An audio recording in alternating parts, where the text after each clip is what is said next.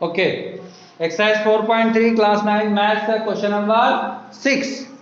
Question number 6 is that if the work done by a body on application of a constant force is direct proportional to the distance traveled by the body.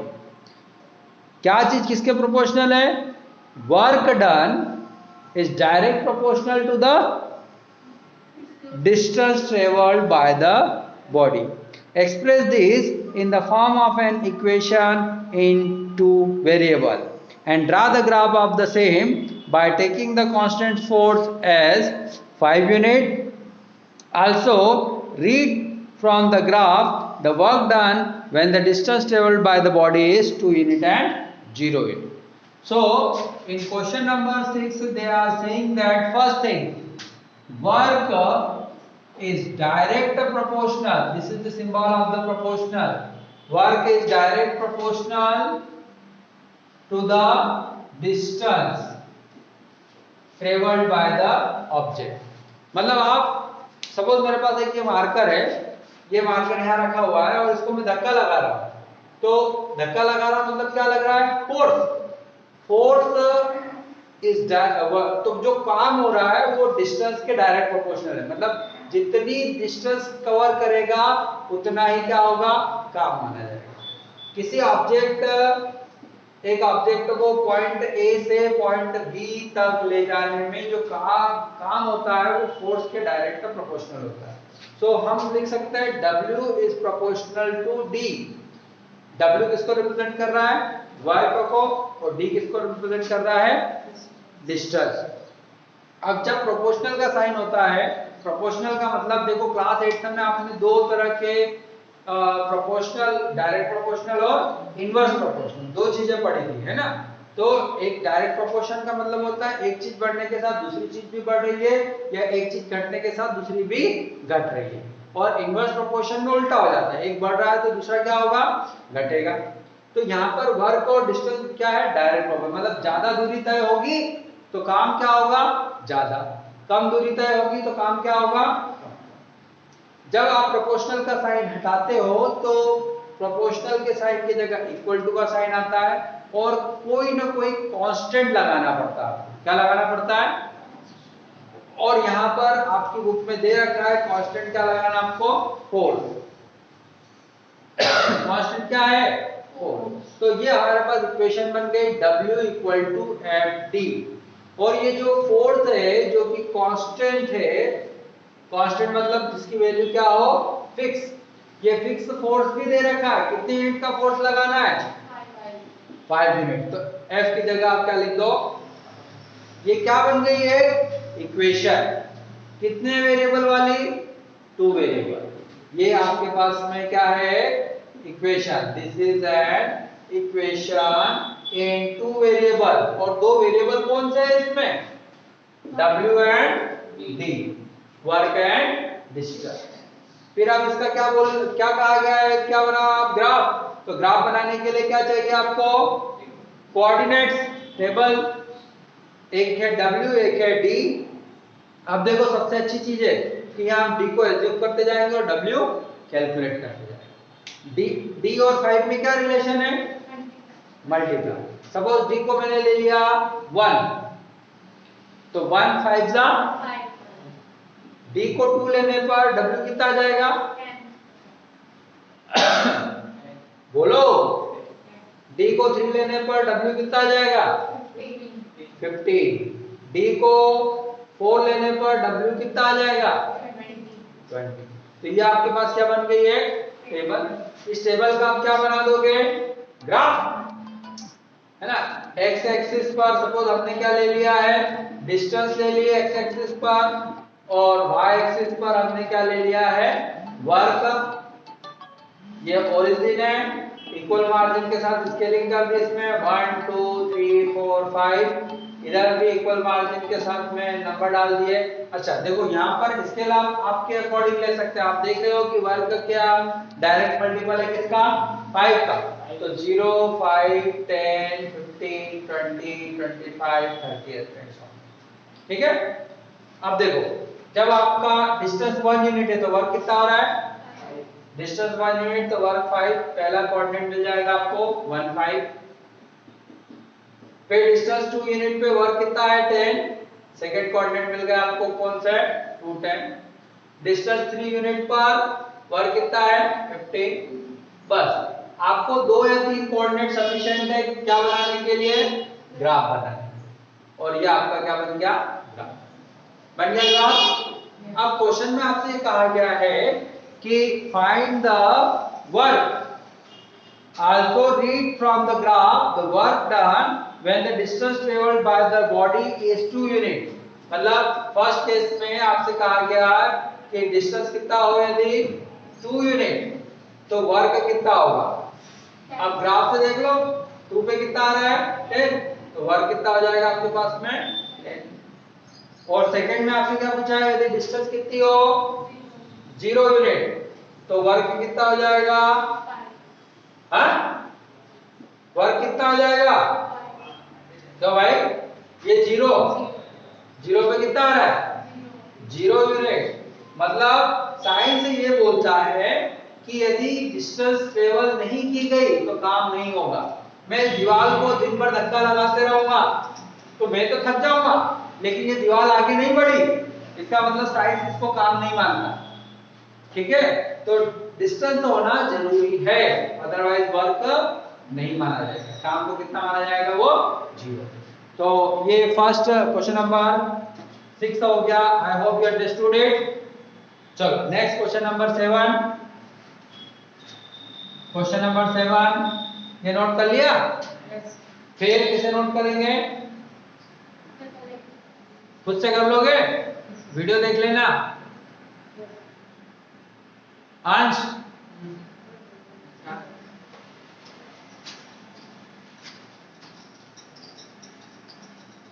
मैंने तुम लोगों को कई बार बोला है कि आप दोनों चीजें रखा करो, समझते भी जाया करो और लिखते भी जाया करो, ठीक है, कोई दिक्कत नहीं है।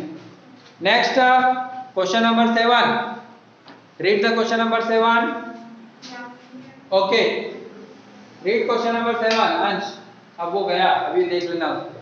Yamini and Fatima, 2 students of class 9th of a school, together contributed ₹100 toward the Prime Minister Relief Fund to help the earthquake victims.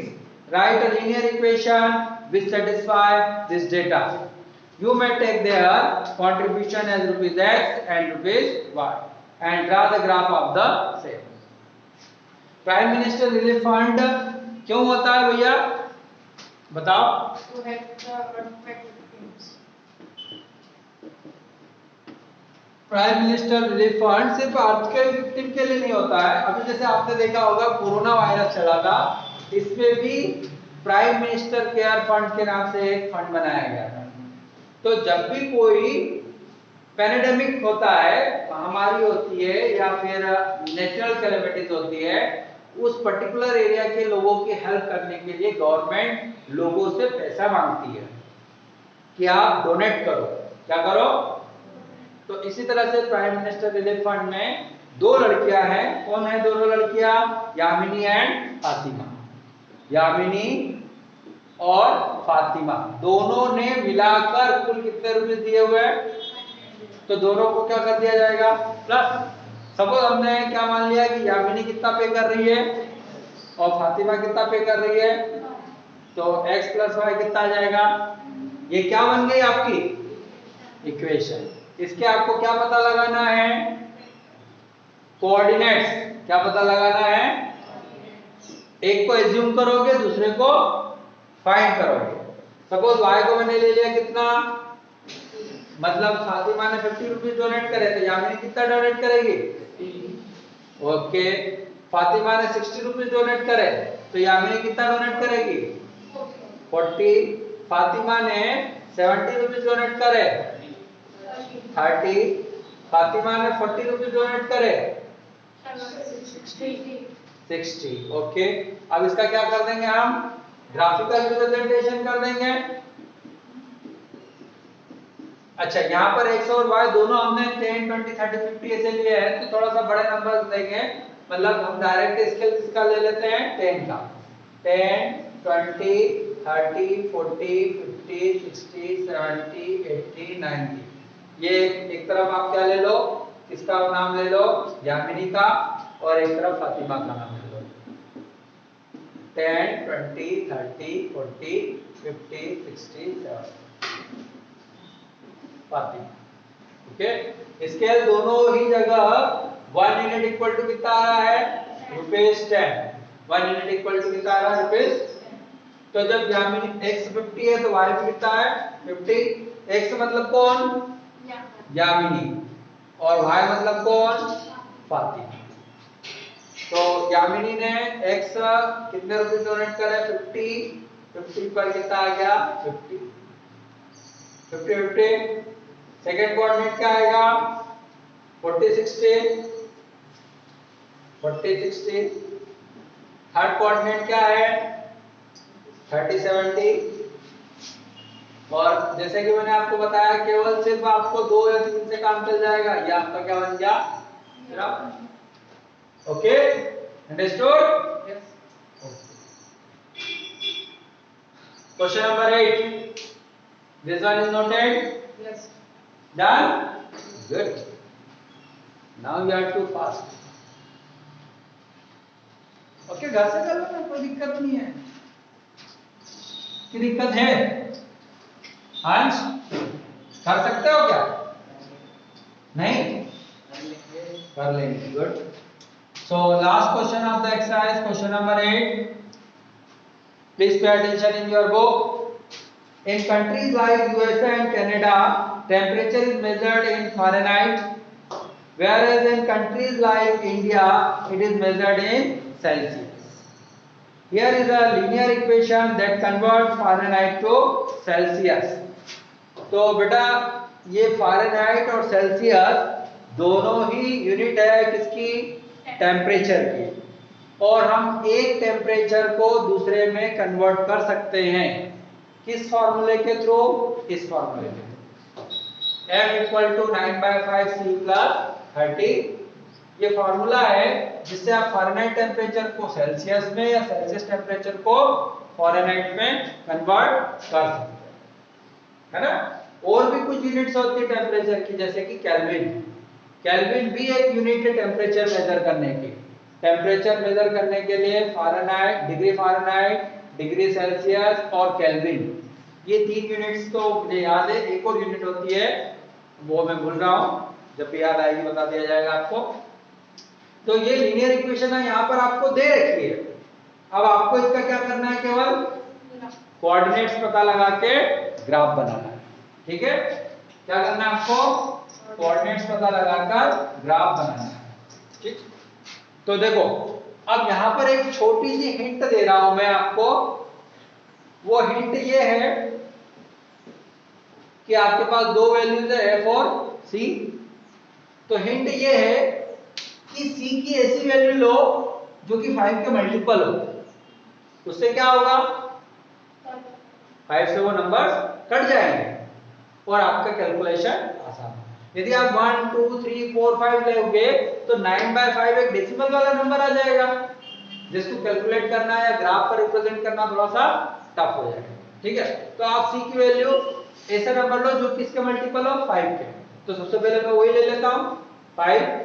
क्या मान लिया भाई, लेट C इक्वल टू, तो F कितना आएगा, 9/5। C की वैल्यू कितनी ले लिया आपने, 5 प्लस 32, 5 कैंसिल हो गया, 9 प्लस 32 कितना आ जाएगा, 41। तो F की वैल्यू हो गई आपकी। फिर आपने C को कितना मान लिया, 10 मान लिया, तो F कितना आ जाएगा, 9/5 इंटू 10 प्लस 32। कितनी बार कट होगा 10, 2 टाइम, और 9 टू द 18 प्लस 32 50।